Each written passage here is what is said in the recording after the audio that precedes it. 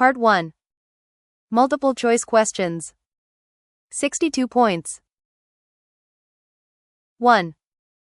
Vocabulary. 10 points. Directions. Questions 1 to 10 are multiple choice questions. 1 point each. 1. People who desire a slender figure should exercise regularly and maintain healthy eating habits. A. Spicy. B. Slender. C. Slight. D. Slippery. 2. Watching the sun emerging from a sea of clouds is a must-do activity for all visitors to Alley Mountain. A. Emerging. B. Flashing. C. Rushing. D. Floating. 3. Do you know what time the next bus is due? I've been waiting here for more than 30 minutes. A. Apt. B. Due. C. Bound. D. Docked. 4. The roasting heat and high humidity made me feel hot and sticky, no matter what I did to cool off. A. Density. B. Humidity. C. Circulation. D. Atmosphere. 5. Artwork created by truly great artists such as Picasso and Monet will no doubt stand the test of time. A. Stay. B. Take. C. Serve. D. Stand. 6. In some countries, military service is compulsory for men only. Women do not have to serve in the military. A. Forceful. B. Realistic. C. Compulsory. D. Distinctive. 7. The team complained that its leader always took the credit for all the hard work done by the team members. A. Advantage. B. Revenge. C. Remedy. D. Credit. 8. Located at the center of the city, the business hotel promises not only good service but also convenient public transport. A. Proposes. B. Contains. C. Promises. D. Confirms. 9. As blood supplies have fallen to a critically low level, many hospitals are making an appeal for the public to donate blood. A. Appeal. B. Approach. C. Operation. D. Observation. 10. David felt disappointed when he found out that he could not choose his study partners, but would be randomly placed in a study group. A. Eligibly. B. Randomly. C. Apparently. D. Consequently. 2. Comprehensive assessment. 10 points. Directions. Questions 11 to 20 are multiple choice questions. 1 point each. Questions 11 to 15 are based on the following passage. Mystery shoppers are paid consumers who are hired to shop in stores and collect data. They are sent to a wide variety of service-based businesses, including stores, restaurants, and banks, potentially anywhere customers are served. Sometimes referred to as secret shoppers, mystery shoppers pose as regular customers to purchase items, eat in restaurants, make inquiries, or return items. They grade and report on the quality of products, customer service, and environment of the stores to which they are assigned. When evaluating a business, mystery shoppers have to follow certain standard procedures to avoid personal bias. They are often given a checklist that provides directions on what to observe or look out for to ensure consistency. Sometimes these shoppers collect data about their normal observations, such as cleanliness of the store or timeliness of the service. They may also pretend to be difficult customers, arguing with a salesperson without a good reason. With the data they collect, mystery shoppers can identify areas for improvement and thereby help enhance the quality of products and services. In this way, these secret shoppers may help a business gain a competitive edge. 11. A. Call for. B. Pose as. C. Attend to. D. Engage in.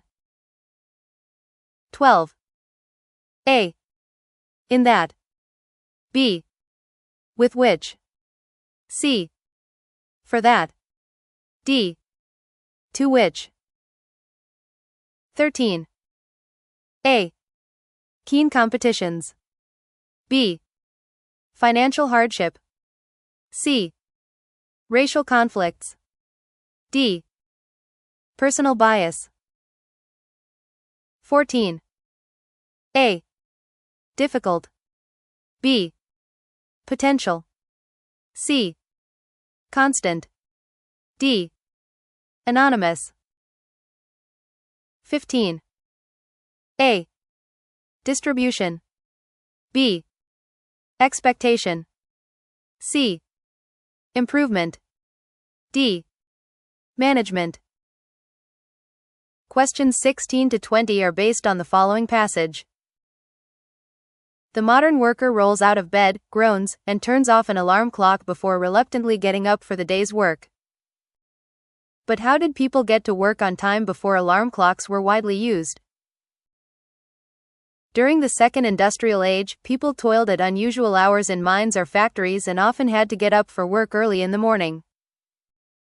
They could have used alarm clocks because adjustable alarms had been invented by the mid-19th century.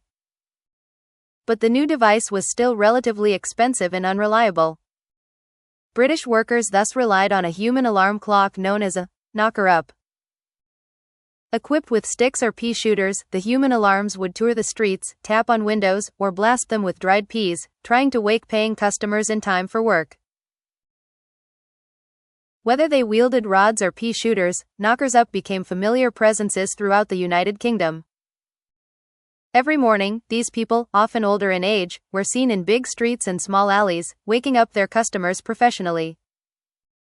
They usually would not leave people's houses until they were sure their customers were awake. While the practice continued in some parts of the country until the 1970s, it declined as alarm clocks became more widespread and affordable.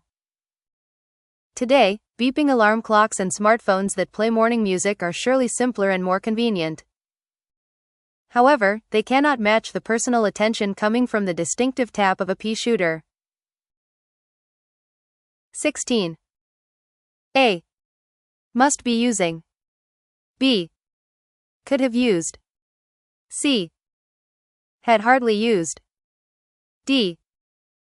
Were mostly using. 17. A. Aimed at. B. Trained for. C. Equipped with. D. Exhausted by. 18. A. Familiar presences. B. Distant memories. C. Vague images. D. Public eyesores. 19. A. Remained. B. Dismissed. C. Revised. D. Declined.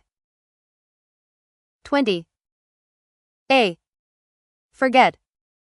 B. Change. C. Match. D. Regret. 3. Close. 10 points. Directions. Questions 21 to 30 are multiple choice questions. 1 point each. Questions 21 to 30 are based on the following passage. On a hilltop overlooking the 2011 tsunami hit Tsuchi town in northeastern Japan, there is a white phone booth standing all alone in the wind. The lonely, wind phone serves to connect family members to their departed loved ones who died in the tsunami that claimed 18,000 lives. People come to speak to those they have lost, to say the words they never got to say on that fateful day. The idea for the wind phone was first brought forth by a Japanese garden designer named Itaru Sasaki, who was grieving over the death of his cousin in 2010, before the tsunami. Feeling that he needed a private space to help him navigate through the sorrow, Sasaki positioned a booth where he could speak to the dead relative. The booth he built housed only an old dial phone with a disconnected phone line. When he stepped into the booth, he could pick up the phone to call his cousin, telling him how he was, and how he missed him. Sasaki stated in an interview, "Because my thoughts couldn't be passed on through a regular phone line, I wanted them to be carried on the wind." Hence, the wind phone allows Sasaki to create a one-way conversation with deep, soulful personal meaning, and renders the grieving process more manageable for him. Sasaki opened his wind phone to the public in 2011, after the devastating tsunami. News about the phone gradually spread, and the booth has become a bridge between the living and the dead. Phones resembling the wind phone have since been built around the world. Some were even set up to allow people to call their loved ones lost in the COVID-19 pandemic. Grieving is a natural mechanism for coping with loss of a loved one, and people grieve in various ways. For those who speak into the wind phone, hope is always there. They believe that their messages will, through some unknown way, reach the deceased. A. Passed on. B. Bridge. C. Sorrow. D. Hope. E. Departed. F. Mechanism. G. Housed. H. Manageable. I. Faithful. J. Brought forth. 4. Passage structure. 8 points. Directions. Questions 31 to 34 are multiple choice questions. 2 points each. Questions 31 to 34 are based on the following passage. While Dr. Weinstein, a surgeon at Dartmouth College, was trying to lift a heavy box, he twisted his back. The pain was agonizing. The surgeon could not sit, and when he lay down he could barely get up. So he decided to go out for a run.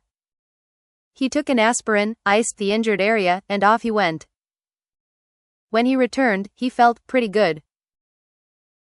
This seems to run counter to the common practice. When people have sprained a muscle or tendon, they are usually advised not to go right back to exercising until the pain goes away. But Dr. Weinstein says that approach is outdated and counterproductive. In fact, when active people consult him, he usually tells them to just keep exercising.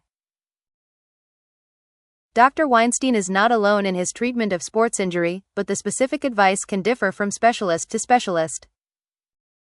Many suggest that most patients can continue with the sport they love. They nevertheless caution that a cutback may be necessary, such as running shorter distances or going more slowly. Others say the patients may need to engage in sports outside of their usual, main sport, that is, to cross-train, at least some of the time. Still others say the safest thing to do is cross-train all the time until the pain is gone. For example, an injured runner might end up cycling and swimming instead of running. Their consensus, however, is that unless the injury involves something as serious as a broken bone or a ripped muscle, moderate exercise can actually speed healing. Over time, researchers have come to realize the importance of exercising when injured. Thus, more and more patients are now advised to keep moving despite the pain. The rule of thumb, however, is to see a doctor first and get an accurate diagnosis. If a serious injury is ruled out and the pain is not getting worse after exercising, then the exercise makes a lot of sense. A. For example, an injured runner might end up cycling and swimming instead of running. B. Over time, researchers have come to realize the importance of exercising when injured.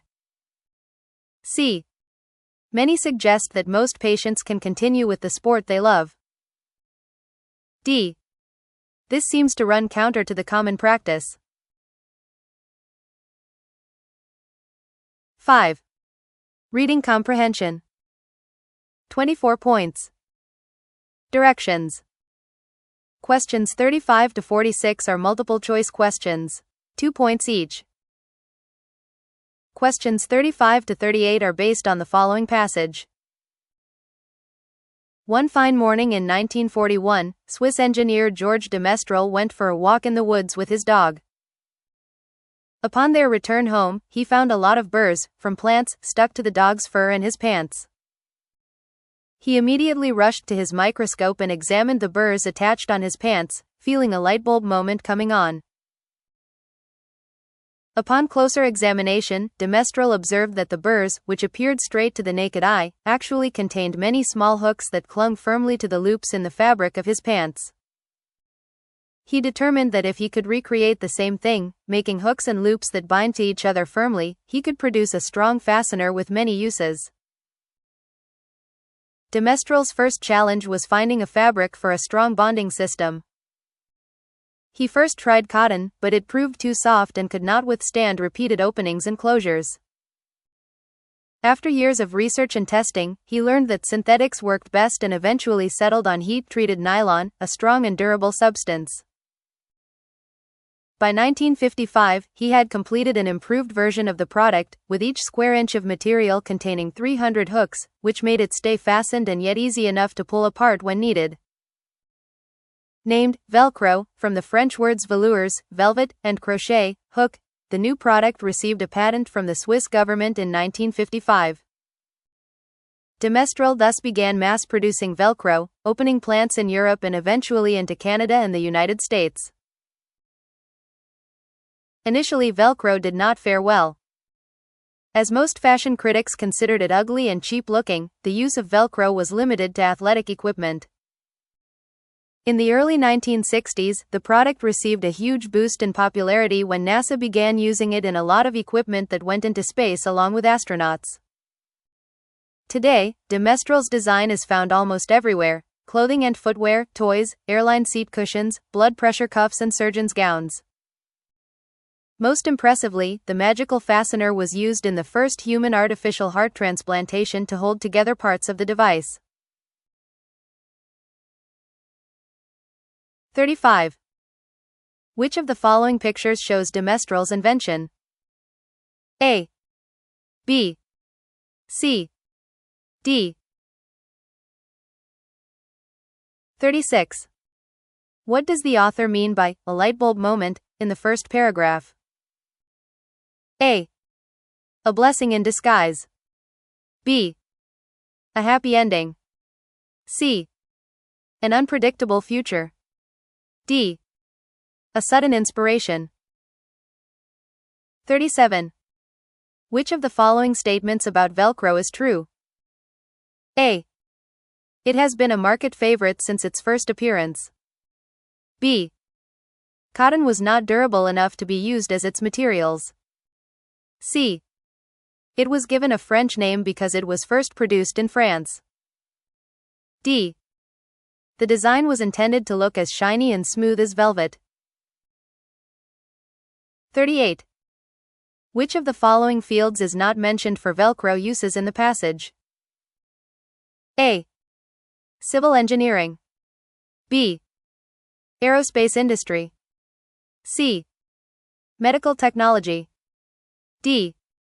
Sports and recreation. Questions 39 to 42 are based on the following passage. Thomas Moran, a famous painter in the 19th century, played an important role in the establishment of American national parks. His vivid paintings brought the splendor of the extraordinary landscapes before the eyes of American people, thus setting the stage for the regions to be widely recognized and officially established as national parks. Moran came to the United States at age 7 with his family and settled in Philadelphia. They came from northwest England, the blackened heart of the Industrial Revolution. Its main street was a dark, unattractive hole, and the river running through it was a string of dirty water. That was all the nature that Moran knew. Moran began painting by age 15, inspired by the landscape paintings of the British master J.M.W. Turner. There was plenty of landscape for him to paint in America, much different from his hometown. Showing great talent in painting, Moran was soon hired as an illustrator at Scribner's Monthly, and later appointed chief illustrator by age 34. In 1871, he was appointed to illustrate The Wonders of Yellowstone, a story by Nathaniel P. Langford, who had participated in an expedition to Yellowstone. Captivated by the utterly fantastic sights Langford described, Moran became eager to see this odd territory for himself. In 1871, Moran joined the first U.S. government survey of the Yellowstone region with photographer William Henry Jackson. For 2 weeks he filled his sketchbook with the landscape's most stunning sights. Moran's watercolors, the first color renderings of the area, as well as Jackson's photos and the survey results were presented to the Congress. His powerful images of Yellowstone fired the imagination of Congress members. In March 1872, lawmakers officially made Yellowstone a national park, the world's first. Before Moran arrived, Yellowstone in the popular imagination was a harsh, wild place with hot water and steam coming out of hellish holes in the ground. Since the painter's work appeared, Yellowstone National Park has come to be known as a picturesque wonderland. By the time Moran died, he had painted a dozen other areas that would become national parks or monuments. 39. What can we learn from the passage? A. How national parks around the world were established. B. How Yellowstone's natural features were formed. C. Why Moran's family moved to the United States. D. Why Moran started painting Yellowstone. 40. Why does the author use the blackened heart in paragraph 2 to describe Moran's hometown? A. The place was severely polluted. B. The town was filled with darkened holes. C. There were many evil-hearted industry owners. D. The laborers mostly wore dark and dirty uniforms. 41. Which of the following statements is true about the Yellowstone National Park? A. Its establishment was proposed by Langford. B. Americans knew little about its beauty before the 1870s. C. The government project was started due to its rich natural resources. D. It was the only national park established because of Moran's works. 42. What can be inferred from the passage? A. Scribner's Monthly was a magazine promoting national parks. B. Moran had visited Yellowstone before he started painting its landscapes. C. Color photos were not common when Moran started painting Yellowstone. D. Watercolor was the most popular form of landscape painting in the 19th century. Questions 43 to 46 are based on the following passage. In 2020, Pedor Oddsson, a power station worker in Iceland, was struck by a 60,000-volt current. The electrical shock burned almost half of his body and melted layers of his skin off. Such deep and extensive burns can be fatal. But Oddsson's life was saved by a creative invention, transplanting codfish skins onto human bodies. A triumph for medical technology, Oddsson's fish skin transplantation was actually part of the astonishing achievement of 100% fish, an ambitious task in promoting environmental efficiency. The Icelandic project, from which this pioneering procedure emerged, strives for making a fundamental change in the marine industry. It aims to encourage full utilization of each fish caught, and to strengthen innovation in seafood products. Reducing waste of fish catch has become a serious issue today, when many countries are faced with food crises.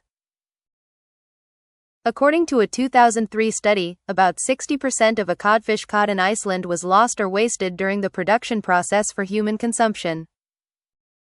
Under the guidance of 100% fish, however, Icelanders are now using almost 95% of a cod. Cod skin, for example, is made into calcium supplement and energy drinks, and even as material for skin transplantation as in Odson's case. Dried fish heads and spines are exported to West Africa, where they are used as the base of a protein-rich soup. Other groundbreaking products, including omega-3 capsules, cold virus pretreatment sprays, and dog snacks are made from what was once cod catch detritus. The Icelandic success is accomplished largely through cooperative efforts across various industries. 100% Fish takes the initiative to show seafood companies the importance of collaboration and facilitate valuable connections between fishing companies and other participants of the project, including academia, startups, and research and development teams. By sharing knowledge and information, the different sectors are able to come up with improved processing and handling, through which creation of various innovative products was made possible. The project not only helps Icelanders to get 30% more value from each cod than most developed countries, but also provides an effective model to promote resource efficiency worldwide. 43. What is the primary goal of 100% Fish? A. To advance ocean technology. B. To reduce food crises worldwide. C. To enhance cross-industry cooperation. D. To make the most of marine resources. 44. What does this pioneering procedure in the second paragraph refer to? A. 100% Fish's mission. B. Odson's skin transplant. C. A fundamental change in seafood business. D. A new approach to protect the environment. 45. Which of the following is true according to the passage? A. Iceland has increased their fish catch by 30% in the last 20 years. B. Pedwar Oddsson was an important member of the Icelandic project. C. Cross-field collaboration has proved to be very fruitful for 100% Fish. D. 100% Fish is a big international enterprise marketing seafood products. 46. Here is a sentence: almost nothing of a fish is left for the trash bin. Which paragraph is most suitable to have it as the final sentence? A. Paragraph 1. B. Paragraph 2. C. Paragraph 3. D. Paragraph 4. Part 2. Mixed questions. 10 points. Directions. This section has one question set. The points for each sub-question are shown at the end of the question. Answer only in the area on the answer sheet marked with the question number, using the designated writing instrument. Questions 47 to 50 are based on the following passage. Many animals are known to live and move in groups to secure food and avoid predators. Over the years, people have been curious about the way they deal with disturbances arising from the environment and the operations underlying their responses as a group. Studies on jackdaws and turtle ants may provide some insights into the issue. Jackdaws are birds in the crow family often found in the English countryside. They are highly social birds and often travel in large flocks. Normally, the birds enjoy a smooth flight together as a group when commuting between two locations, such as from their nesting site to their feeding ground. However, if a predator, such as a fox, is present, the pattern of their flight will change immediately.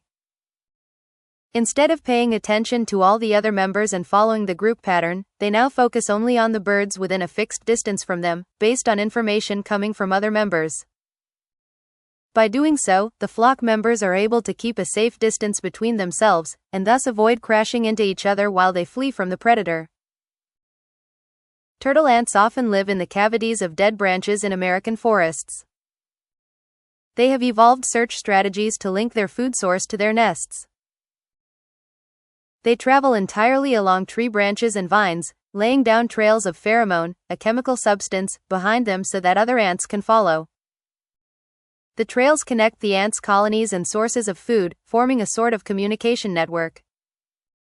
However, since these trails can easily be broken by wind or rain, the ants have to find new paths to get around the broken points and re-establish the network. Often they have to work together to explore alternative routes many times before they finally settle on the most efficient one. By working collectively, the ants are able to improve the efficiency of their network and adapt to their ever-changing environment. 47 to 48. The following brief statements summarize the main points of the passage above. Find the most appropriate word from the passage to fill in each blank below. Make any necessary form changes to fit the sentence structure so the meaning is complete, the grammar is correct, and it matches the context of the passage. Fill in one word per blank. Fill in 4 points. Studies show that animals like jackdaws and turtle ants are able to use collective intelligence in both solving problems and adapting to new challenging environment. 49. From A to F below, choose the ones that are true for both jackdaws and turtle ants. Multiple response question, 4 points.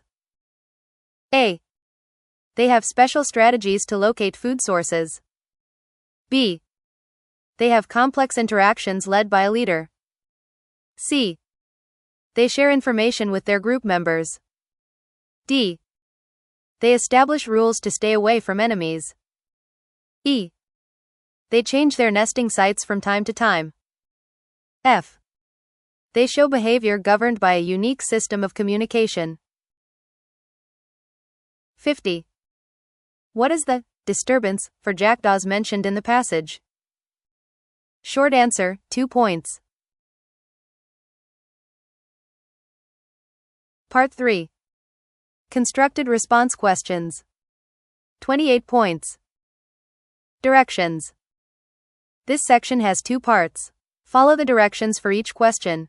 Write your answers in the area on the answer sheet marked with the question number. You do not need to copy the questions. 1. Chinese to English translation.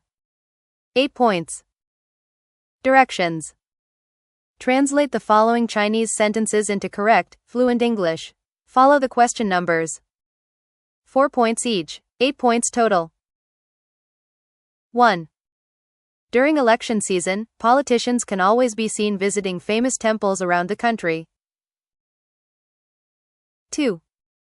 Besides praying for a good election result, they also want to show respect for local culture and customs. 2. English composition. 20 points. Directions. Write an English essay based on the prompts. At least 120 words. Prompt. In addition to academic pressure, teenagers today often face various troubles and challenges in daily life. The 3 pictures below show 3 problems that teenagers often face. If you had a robot helper that could solve one of these problems, which one would you choose? Write an English essay in 2 paragraphs. In the first paragraph, explain which problem you most want to solve and why. In the second paragraph, describe what traits or abilities you want this robot helper to have, and how it would work with you to solve the problem. 1. First heartbreak. 2. Caring what others think. 3. Mood swings. This video was produced by YXAI. The fill-in-the-blank answers are for reference only.